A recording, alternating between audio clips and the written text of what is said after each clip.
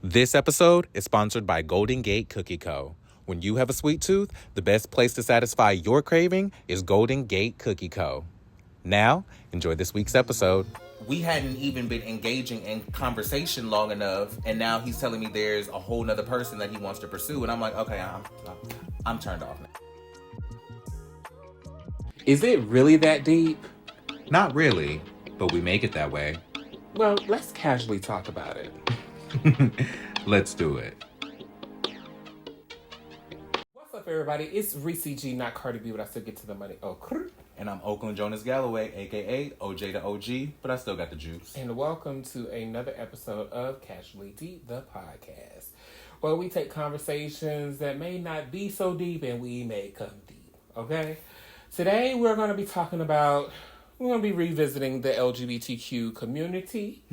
Preferably, we're going to talk about the gay boys. Ooh. Okay?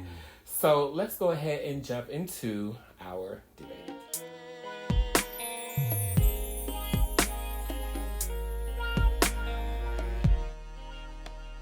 So I really wanted to talk about something that I see all the time on social media, out in the scene, and I really would like to know your opinion on should gay relationships follow heterosexual normatives? Coming from somebody who was married.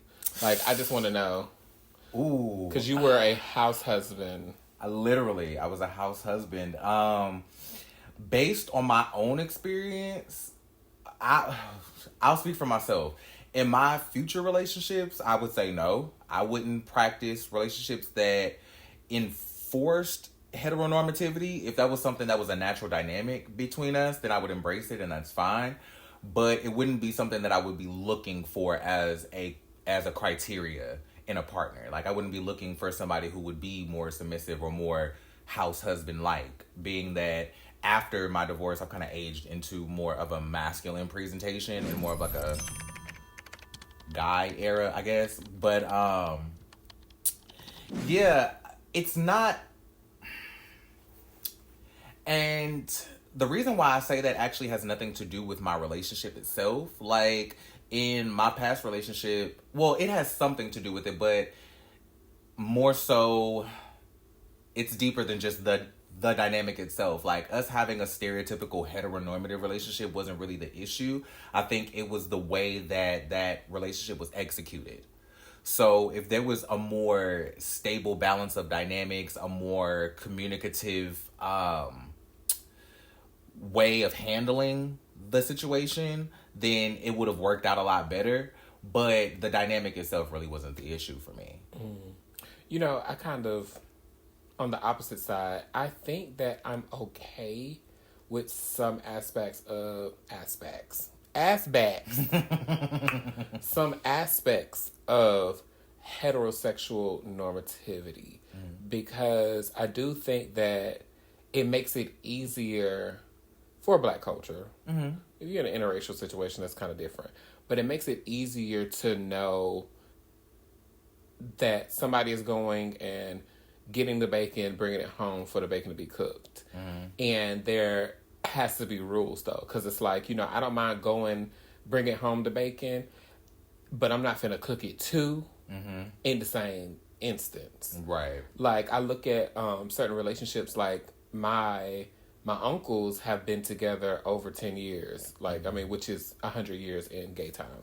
Right. And they have this balance that's like crazy, but I think it's because they have great communication, and they both are masculine, and it just works. Like, on certain days, because one is a nurse, the other is a corporate head, and so they both have really demanding jobs, but they make time for what they want to make time for. Nice. And so I can remember living with them and seeing one was off work, so, you know, go grocery shopping, prepare dinner for the other. If one got off late, he would come home, prepare dinner, or, you know, something like that. But, I mean, you know, when I was living with them, we all kind of, you know, pitched in because I was in my 20s. Still their child. Right. Their daughter. Okay. But shout out to Smooch. Their daughter. In German. But it was very much like kind of like an understanding between the two of them, because I still to this day have never heard them have an argument. And I have never seen them bicker or have differences of opinion because that's the kind of, I think that's kind of like Southern conservative where they kind of keep that away from the children. But I do enjoy certain aspects of heterosexual normativity because me being femme presenting most of the time, pretty much 80% I'm femme presenting because I wear makeup. Right. But I mean, us advanced homosexuals, we know that that's not necessarily what femininity is. It's just because I'm beautiful. Right. But I do think that when I do meet men, they automatically think that I'm this ultimate fembot, and I am. But when the makeup come off, I'm just regular old boy. But I don't necessarily think. I think that some aspects within the community can have that heterosexual normativity of it, but there has to be a set of rules. Like, it has to be some clear communication. People have to know, hey, this is what this is, because that's the only examples that most of us grew up with. But I would love to have that conversation with somebody who grew up with 2 gay parents. Well, talk to my daughter in about 10 years and see what she thinks. Yeah, I mean, but well, we don't know who she's going to become, but if she was to be heterosexual, and no disrespect, but if she was, if she was to grow up to, be with a man, I would wonder, I think that especially with females, girls that grow into women, they are just so much more aware. And then there is a guy that I know that was raised around the gays and in the gay community, but not necessarily. I don't know anyone that's my age that grew up with same sex parents in the household. I don't either. I think for both my ex-husband and I, it's like we're the first of, our friends that have kids, and we're the first people that we know. Like, we're the first same-sex parents that we physically know. But I do wonder what that dynamic is for her, for our daughter, because it was really embraced within the school system. Like, we were kind of more worried than we needed to be, because we're in the South, in Alabama of all places. Y'all know Bible Belt that. So, we were more so worried than we needed to be, and I think they were more so excited about the fact that she had 2 parents, gay or otherwise. You know what I mean? Oh wow.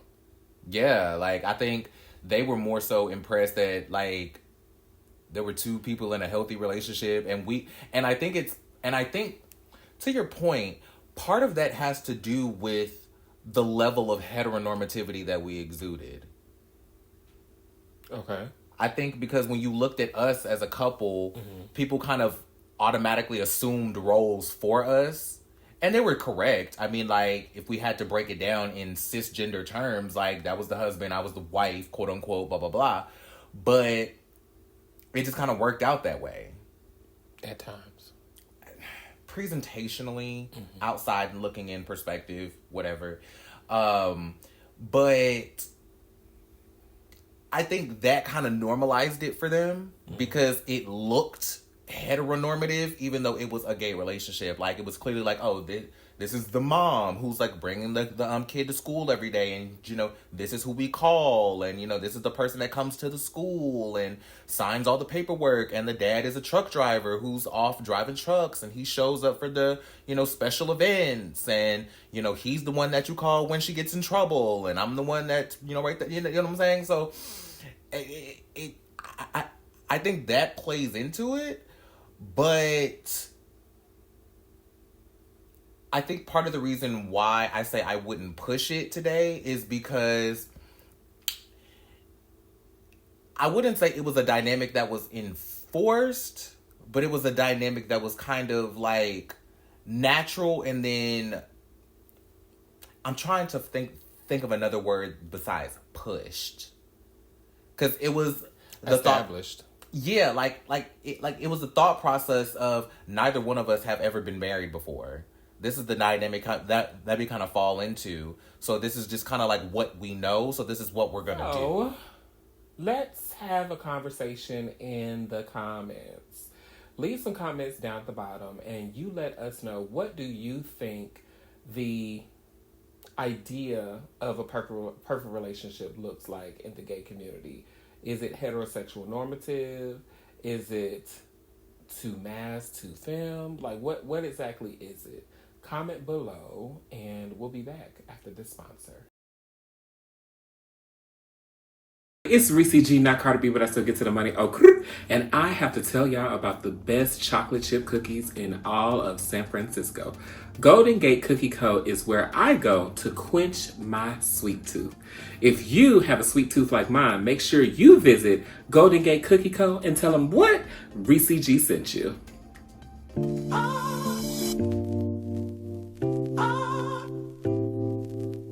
Alrighty, we are back. Thank you so much to the sponsors. We appreciate you. The check is in the mail. And diving back in, let's just jump straight into conversation. And I wanted us to get into just gay relationships in general, because I have so many thoughts as somebody who is divorced and trying to get back into this dating realm. I really find myself asking, how do gays date? Like, how do you date a gay nowadays? Mm-hmm. Because I feel like all those stereotypical rom-coms where, you know, the lady gets divorced and she's figuring out her life because, you know, she raised the children, she lived her life, she was a husband, she was with him for 20 years, and then all of a sudden he leaves her and, you know, marries the 22-year-old secretary, and she has to figure out life. I feel like I'm that person, but I'm not in my 50s. Because the entire dating game has changed. The entire way people approach relationships has changed. I don't think relationships or dating exists in modern time. I mean, I think that I enjoy dating. I enjoy it.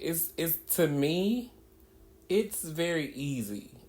It's just finding some good sexual partners that's hard, because I can easily settle and date someone below my Richter.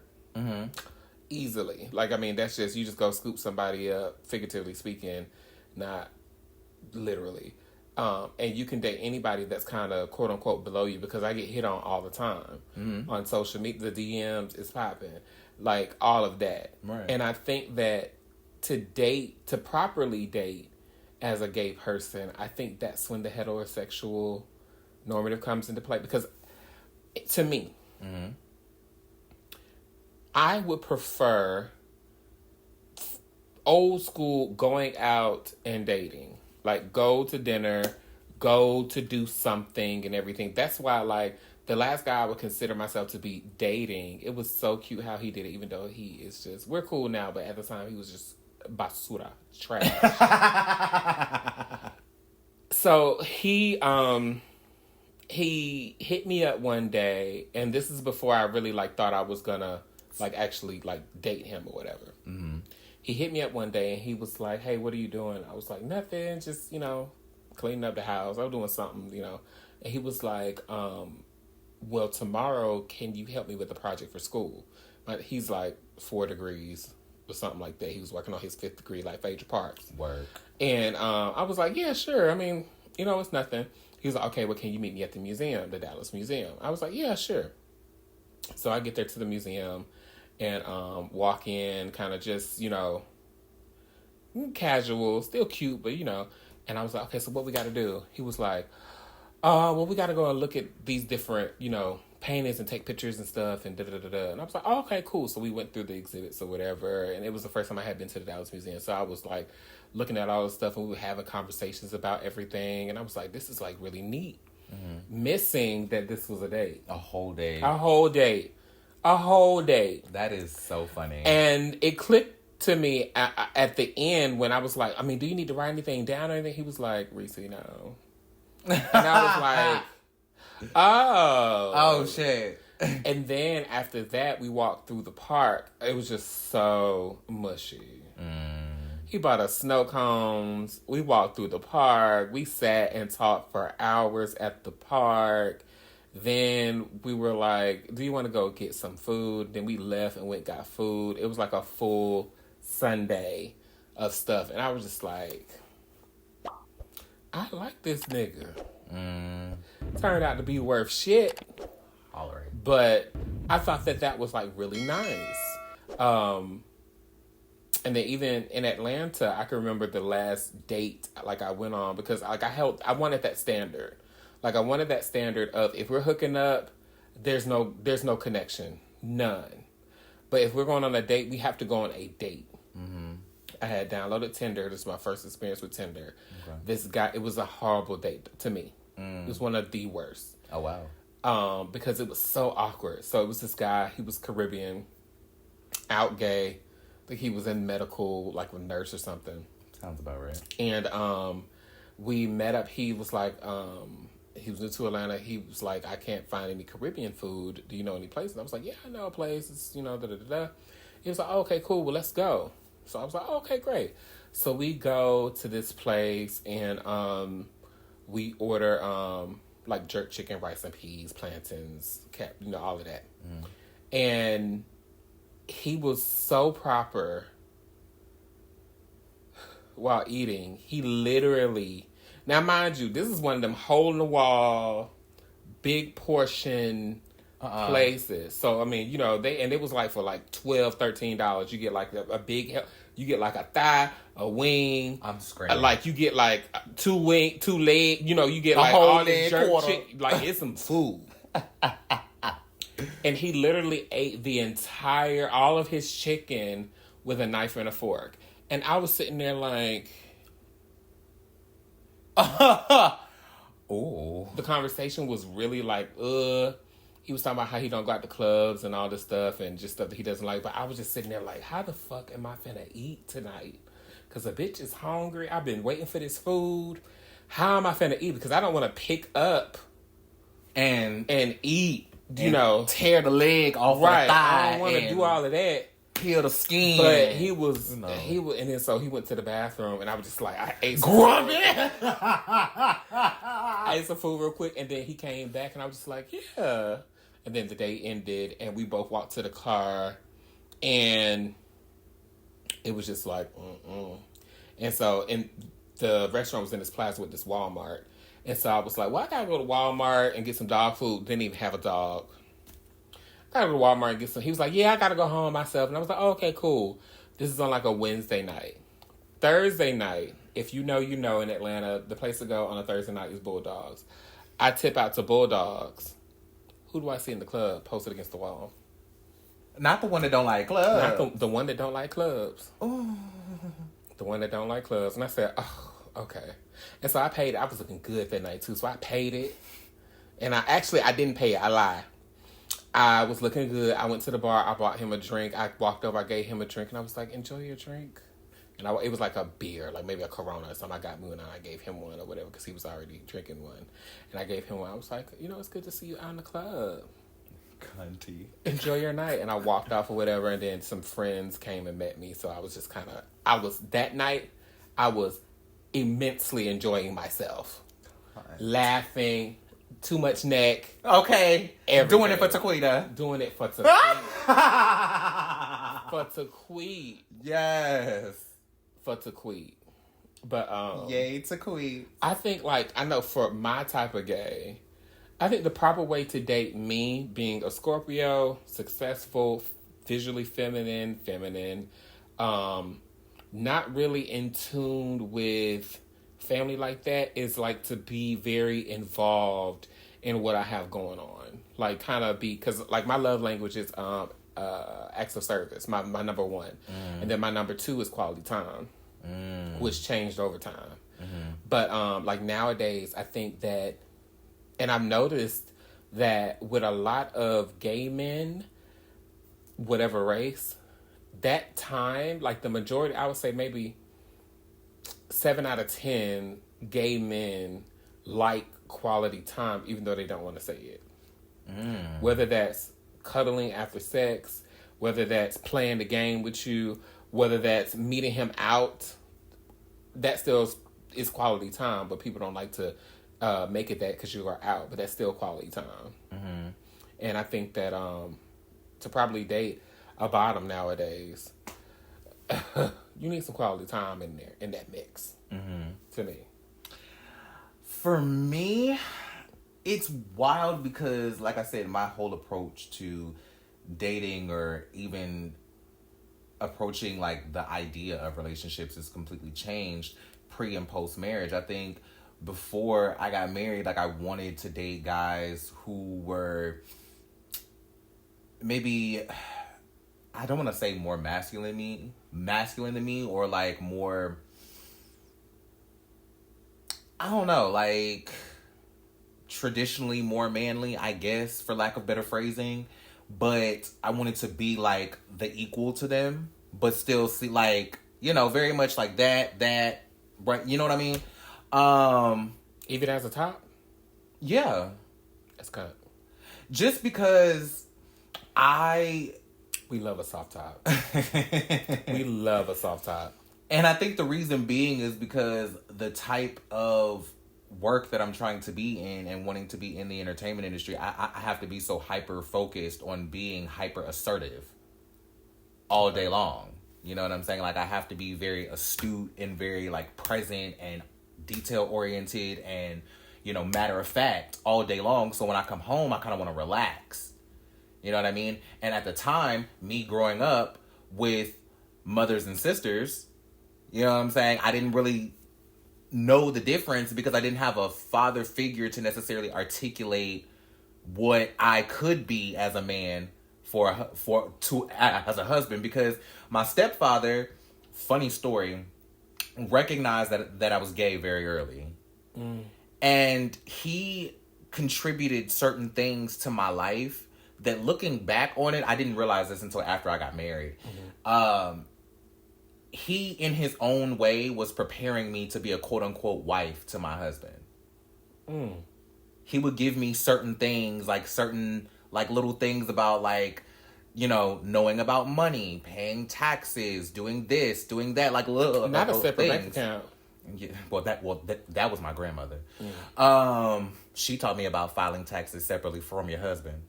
Thanks, Mom. But... what I learned after getting married, or what I confirmed with him after getting married, was he was teaching me all the things that he loved about my mom.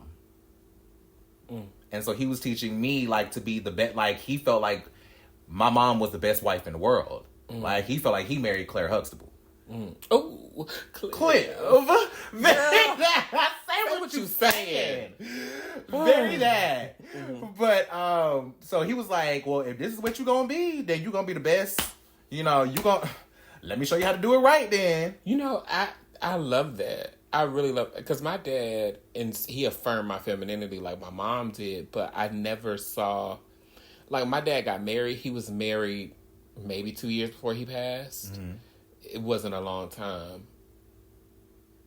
Maybe two years.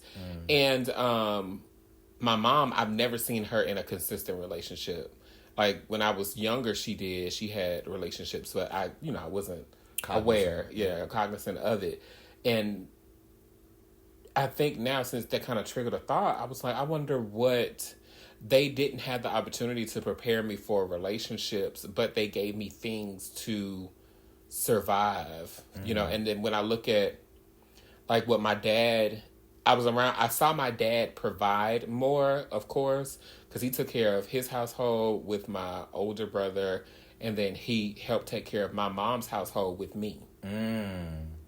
Crazy. I don't know how I know how he did. He worked hard. Okay. But he showed me how to be a provider and work hard and do all of that. And then my mom, she was never really a homemaker per se, but she showed me how to love on people, because she loved on people. And so I guess, and how she loved me. But that's very interesting how he was kind of like instilling that in you and affirming you in a way. In a way, and it's wild to me because we never had a great relationship because of my homosexuality. I feel like that was a great strain in our relationship. But I picked those things up as I was like living with my ex-husband before we got married, and because we were together 5 years before we got married, and we had a 2-year-old, so like we had a whole family, and I figured those things out. And then later on, I asked my dad about that. I was like, "What was that? What was that?" And like he was like, "I was teaching you to be as good a partner to the husband that you would eventually have as your mother is to me," and it gagged the shit out of me. Like I never would have thought that would have came out of his mouth. Do you know? Do you know his perspective of you as a husband and a parent? No idea. Really? No clue. No clue. Those are just conversations I don't have. I'd be interested in knowing that. For a plethora of reasons. But saying that to say, coming out of that marriage, for some reason, and I can't really point to a specific thing that shifted my mannerism or my perspective, but now I want that type of relaxation from the assertiveness during the day, but in a different way. Like, now I kind of appreciate being the more dominant figure. I appreciate being approached by quote unquote stereotypically more submissive men, bottoms. And like I've entered a more predominantly top era post marriage. So like now I'm looking at guys and I'm like, I'm looking for somebody that I want to ask out. Like, I want to take somebody on a date. I want to, do all of the things and hold doors and pull chairs and, ask about your family and, be nervous to meet your parents and shit like that. Like all of those things play into my mind naturally when I think about dating someone, which is why we always have these conversations about why I hate the app so much. Because I'm, I service these apps because I hate... I think your app just went off just then. Probably. Because I am not a very social person externally. So I look within my community where it is. You know what I mean? And so I go straight to the gay apps looking for the gay boys. You know what I mean? I'm very specific. But all I get is the sexual shit. And that's cool. Like, I appreciate it. Like, I don't... like... And I try not to talk about it in a way that I'm denigrating people who are hookup oriented. Because I'm not shaming. That's just not my focus. And that goes back to what I always say about hookup culture replacing dating culture as a precedent. You know what I'm saying? Like, people don't date anymore. I've noticed, to that point, that a lot of people start out in a hookup setup. And then they move into that thing. If you like fucking them enough, then that's your boyfriend now. Right. Then we go together. Right. And it's so crazy to me because I don't know. No, that's not what's happening. If we're hooking... But you know what's crazy? It would be a hard no. Since my birthday, I was like, you know what? If there is a prelude to the hookup, I'm going to be open to it. It depends on the conversation pre-hookup. Yeah. Because, like, I went to... it's very rare that a guy is bold enough to walk up to me in public and, make a move. I usually get the I fucks across the room and all of that. And then I have to approach and just be that. Be the... Excuse me. I have to approach and be the siren. But when I was in D.C., there was this guy I met. He was a older gentleman, attractive. And I was sitting with a friend and he was walking to the restroom and we made eye contact and he was like, I'm going to come back and talk to you. And I said, oh, okay. Okay, well, excuse me. Well, all right. And so okay. And he came and he sat down and he was just like on it. And I was like, girl, I like DC. Okay. And he bought me a drink. I didn't drink it, of course, because I don't drink drinks from strangers. Fair enough. And then we ended up standing outside. The club was letting out. And he was like, let me come see you tonight. And I was like, okay.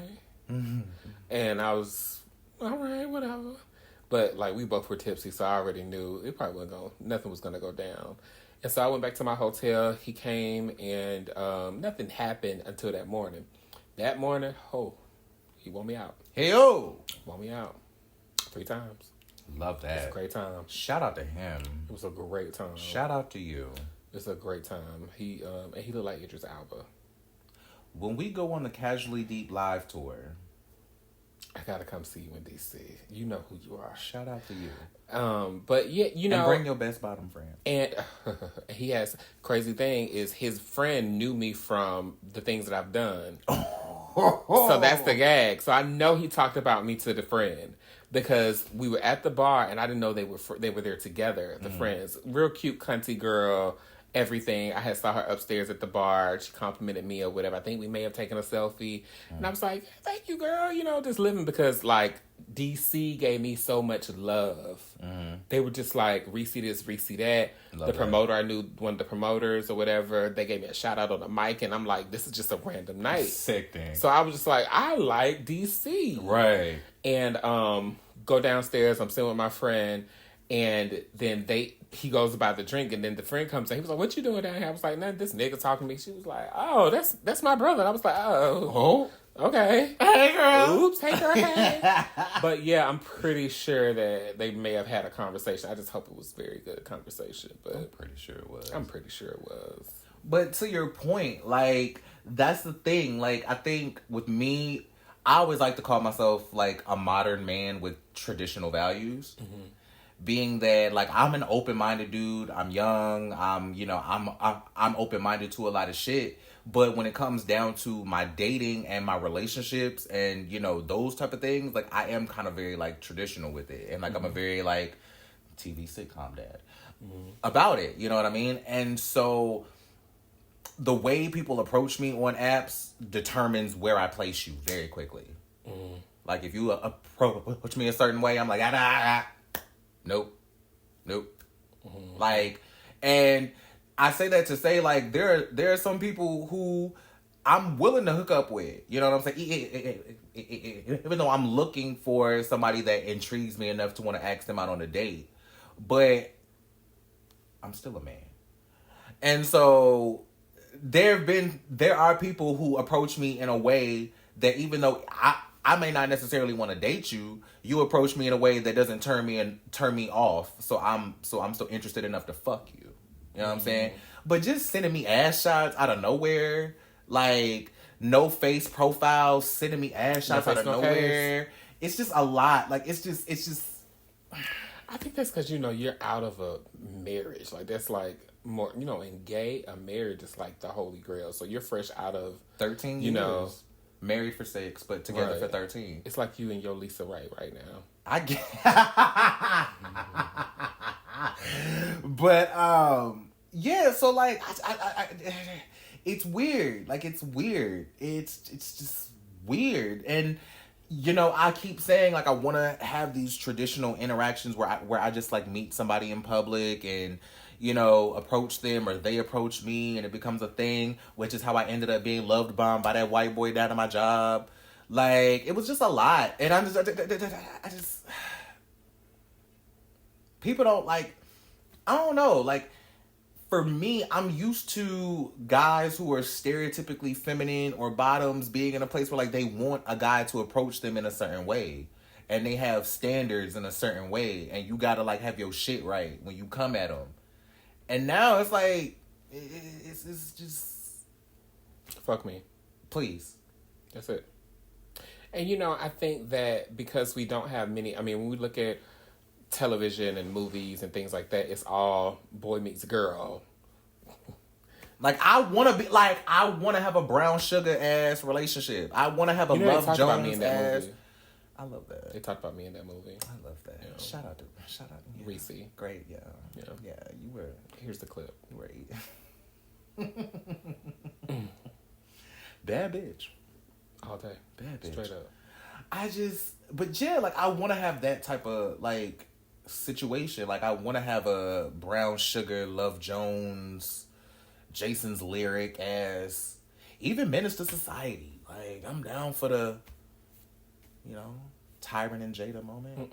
I don't know. No, not that. I'm joking. But like, You're not. shut up. This one want to call me toxic so bad. Very toxic. This one thinks this one wants me to be so toxic Very so toxic. bad. But I think what it is I'm a romantic trapped in a fuckboy's body. That doesn't count. It does count. That doesn't make it true. Is it true? Is it true? That doesn't make it true. Just because I think it's just who you're like. I told myself when I moved to Dallas, I was I'm only gonna be dating. I'm only gonna date men that I'm attracted to, not what that I'm attracted to, not what is attracted to me. Then what am I doing wrong? Like, what am I attracting? I just don't think that the dating apps is the thing, for one, and then two. I mean, your profile, you naked. I am not. Oh my God. Damn near. You got your shirt off. What? Tattoos everywhere. What's wrong with tattoos? That's people's fantasies. So of course they're gonna look at you and just, be like, "Oh, I wonder.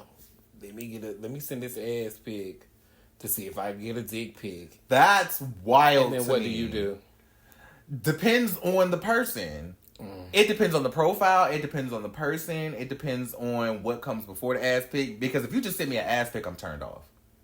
I'm just automatically turned off. You know what I'm saying? Now, if there's a conversation and it just jumps into sex, but you have a face on your profile and you look good and you actually have something in your bio worth reading, okay.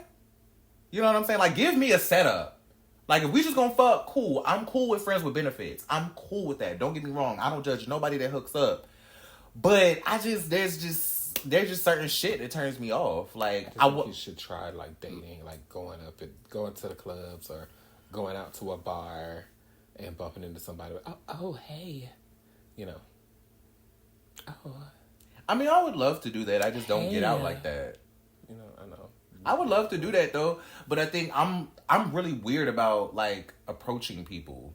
Like, I'm really weird about going up and be like, "Hey, what's up? How you doing?" Da, da, da, da. Like, you better get out of that. Like, which is why I love when people approach me. I love it. I pull up. But I'm the type of person. I'm a man. Shut the fuck. I pulls up, makeup and all. See, I'm the type of person. I'm very reactionary. Once you show me the interest, then I match in top energy. So like once I know you're interested, it's over with. It don't gotta be a whole come up to me, speak. If you just give me the look, I'll take it from there. What's the look?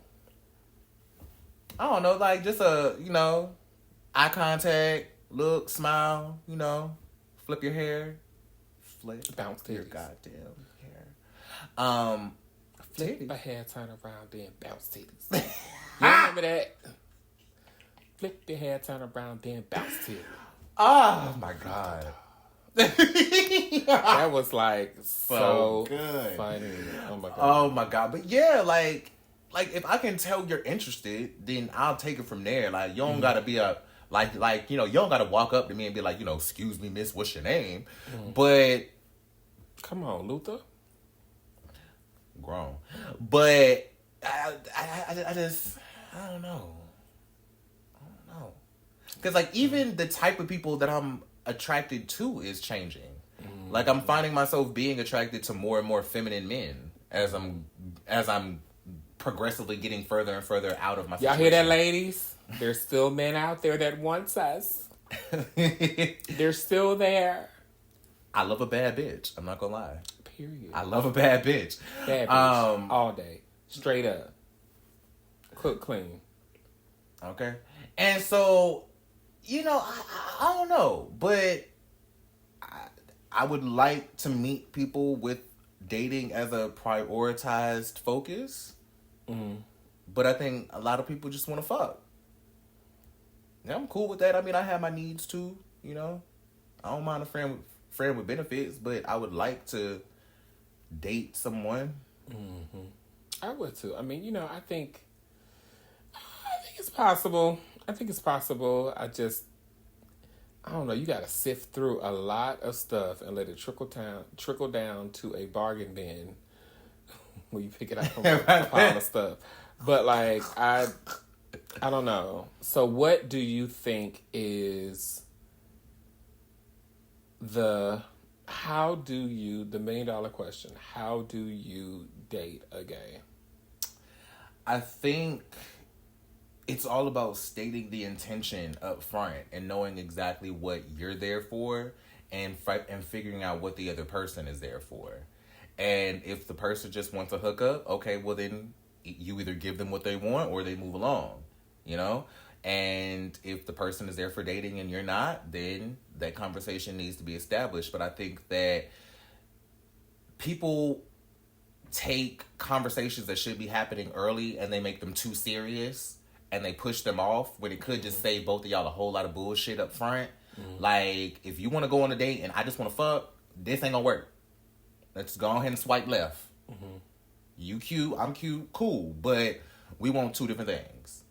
You know what I'm saying? So what you're saying is the proper way to date a gay is to communicate. Communicate. Oh, wow. Oh my Did we just God. reinvent a wheel? Oh my God. Oh my God. I just really feel like that is really the key, because if you have the conversations, like so many people are so awkward to have the sex conversation up front.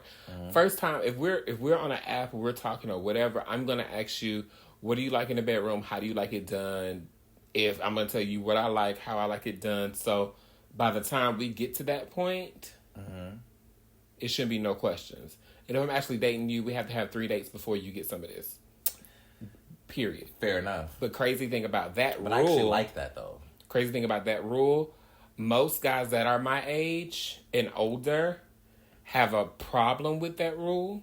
But then guys that are younger than me, no problem. I remember I had this one dude, we went out to dinner one night, then he came, we did a lunch date, and then he was like, okay, so the third date, what's it going to be? Because, that's going to be my night. And I was like, oh, we just have movie night at my house. And when I say he came with bells on and no drawers. Hey! He was, ready. Slides. Literally. Trust me, I know. Literally. And so, I think that there's still men out there that respect, period. I think that there's still men that respect boundaries. And I made a post on Facebook about this. It's like, I have a lot of standards, but I think that quality men have some level of standards, especially if you want to go far. Because I know where I'm going. And I know where I don't want to be. And I can't be where I'm going and not have a man of some type of quality. It's just not going to happen for me. And I'm not going to let nobody stop me from getting to where I need to get to. Period. Love ain't that deep. I got enough of that. I think that's why I'm kind of falling into the situation that I'm into now. Where I told you about the guy that I'm talking to, right? And he has a lot of the qualities that I appreciate and that I look for in a guy that I want to date. There's just certain things. Y'all had sex yet? No. Okay. Because he lives in Georgia and I live in North Carolina. Right. And so, have we had sexual conversation? Yes, of course. Funny enough, wasn't initiated by me. But it's interesting because, we've had this conversation. Don't take no about trip me to go and see being him. open Don't to take no trip to go. I'm going to say this. No, it's not that. Don't take no trip to go and see him unless he initiated first, because I'm team you. Well, thank you. It's not even that. I think we're exploring polyamory right now. And we've had that conversation of where, like, I'm open to it, but compartmentalized. He actually brought this conversation up to me, right? Because I'm kind of like, I'm not set on any platform for real. Right now, I'm really not focused on anything because I'm so focused on this. I'm just still trying to figure out, at the beginning, y'all talk about polyamory. That was one of the, but I kind of really respected that because we had been, cool for months, talking on Facebook, not really having any real conversation. It was just, hey, how you doing? But nothing of any substance. And then it just kind of, got there recently. And then, so we were texting, doing all of that. And then he was like, well, I need to have a phone conversation with you. I need to get you on the phone. So, there were some things that we needed to talk about, and that was one of them. And he was asking me, how I felt about it because he did want to actually explore dating me, but he didn't want to go there without that. Okay, cool. I'm have the conversation. I'm cool. Yeah. Now, mind you, the part that turned me off about it was, for me, my exploring polyamory consisted of, if I'm going to date somebody who's cool with polyamory, then I want to establish a solid foundation with that person before I put my energy into another partner. Right. That's my thought too. Yeah. Okay? Because I'm open to compartmentalize polyamory, partner here, partner here, partner here. Because I feel like it's easier for me to split my time that way than trying to combine the energies and do thruples and all of that shit. That's just overwhelming for my mental.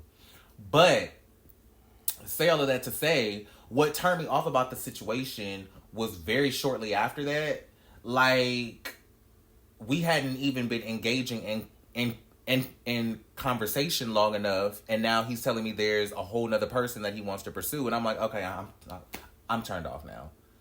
Because now you're juggling partners and you don't even know people. Like, you just around here collecting partners. Like I could see you going out and dating people, but you're talking about pursuing a whole nother separate relationship with somebody that you are establishing you're in the same place that we are.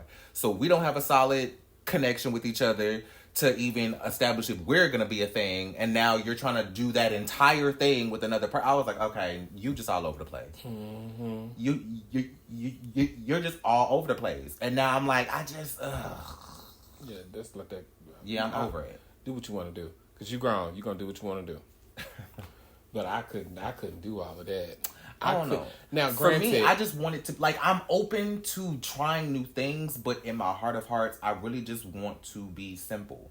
I want to just meet a guy, be attracted to him, want to take him on a date, get to know him. Like, simple shit. Mm-hmm. I don't know. But, to your point, you said something about what is going to be the most conducive for a partner for you is going to be somebody who's very into and involved with the things that you have going on. I agree with that 100%. Period. I agree with that 100%. And I think that's because I look at a relationship like a partnership, like a business. And, I mean, there are going to be rooms that I have to go in and you got to be able to ride with me. That. Like, a ideal relationship, I think is Frank and Claire Underwood from House of Cards. Their relationship to me was there was love there, but they knew exactly what was going on and how they were going to do it, and there were no surprises. And if you did surprise me, I'm going to get you. Type of thing. So I think that is definitely an element of it. But yeah, I mean, I don't know. Yeah, I would love to date somebody in the industry. My thought on how to date a gay, to me, is I think you hit the nail on the head. It's just communication. If you communicate at the beginning and not try to send your representative and just be yourself, I think that really helps make the relationship easier versus doing what you think is proper for the relationship. Love ain't supposed to be proper. And also knowing exactly what you want. I think if you go into a situation knowing what you're looking for, knowing what you want, it doesn't give you the room to be distracted by other things, because you're going to find people who look good. You're going to find people who have seemingly what you want characteristically in relationships. But if their energy doesn't vibe with your energy, then it's not going to be conducive to a healthy relationship. Like, just because the person fine don't mean y'all are going to match energies. That's just it.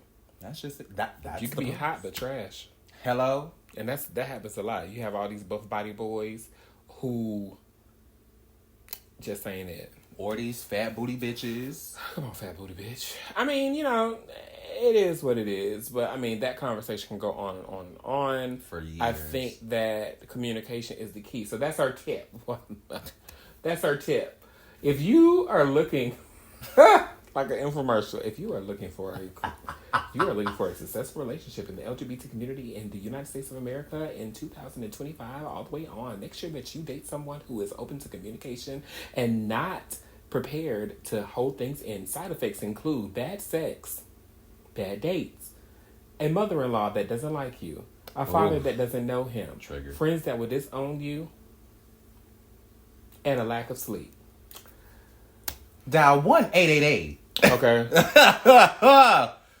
Choke that hoe. But yeah, so I mean, comment below. We love you guys' comments. Thank you guys so much for commenting on our conversations. I would really like to know, what do you think is the key to a relationship? But also answer our question for this episode of how to date a gay. Yes, we can't wait to hear from you guys. We appreciate every single one of you guys for tuning in. We'll see you next episode. But before we go, make sure you guys like, share, subscribe, follow us on all the streamers. Make sure that you subscribe to the ReVoyce YouTube channel. Turn on the notification bell. All of the things. If you do your part, I guarantee you we're going to give you all of the content worth staying around for. Absolutely. We'll see you guys next time.